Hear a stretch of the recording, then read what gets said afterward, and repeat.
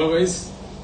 So today we are going to discuss about another important topic, that is acute respiratory distress syndrome.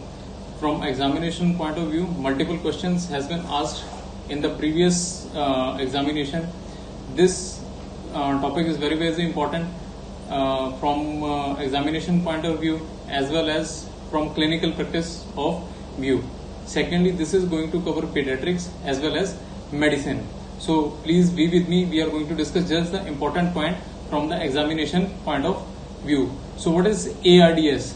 ARDS basically it's a clinical syndrome caused by diffuse alveolar capillary damage. Secondly, my dear friends, it is characterized by rapid onset of severe life-threatening respiratory insufficiencies such as cyanosis, hypoxemia, and that is refractory to oxygen therapy or oxygen inhalation, which may lead to multi-system organ failure.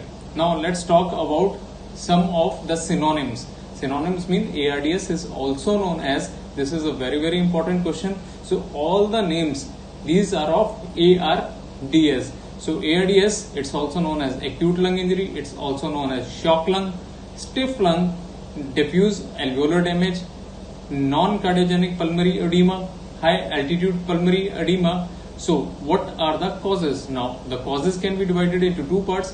One is direct causes and another one is indirect causes. Direct causes means where the lung directly gets involved. Indirect means lung was healthy, but my dear friends, the problem was somewhere outside the lungs and the problem then got involved into the lungs. So what are the direct causes? First of all, most common cause is pneumonia.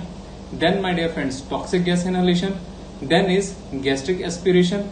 Then is lung injury, lung contusions and vasculitis. So these all are the direct causes of ARDS, whereas indirect causes include sepsis, shock, pancreatitis, DIC, hemorrhage, acute liver failure, multiple blood transfusions, head injury and burns. So these all are the indirect causes of acute respiratory distress syndrome. Leading further, it has three stages.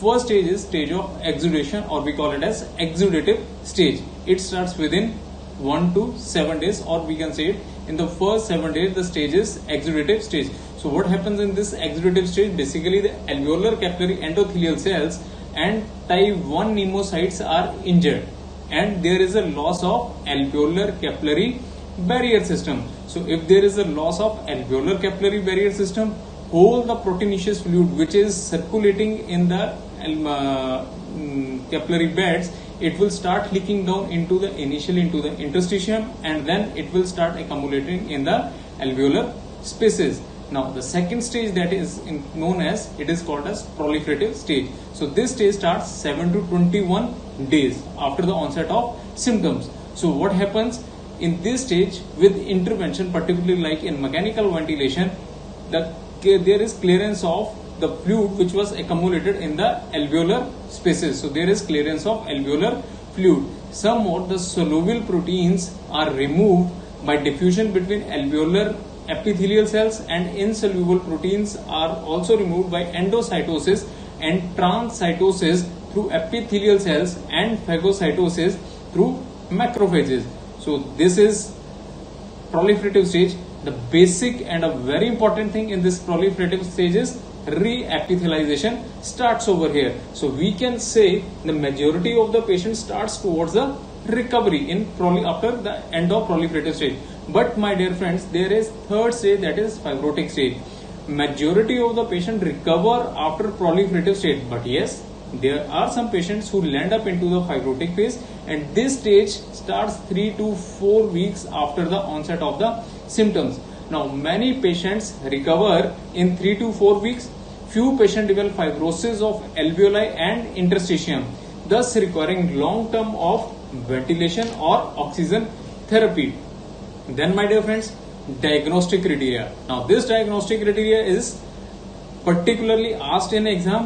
What this criteria is known as? The criteria is known as Berlin's criteria. Which criteria? Berlin's criteria. Now what this criteria states that?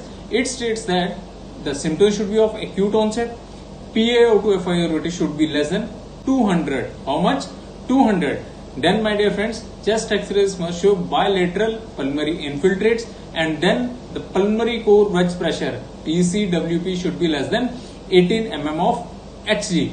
So my dear friends, what is the treatment? Treatment include oxygenation and ventilation, and then prone positioning, and then IV fluids and administration of antimicrobial plus identification and treatment of source of infection.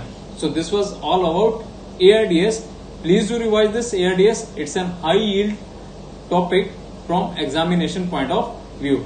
Thank you very much.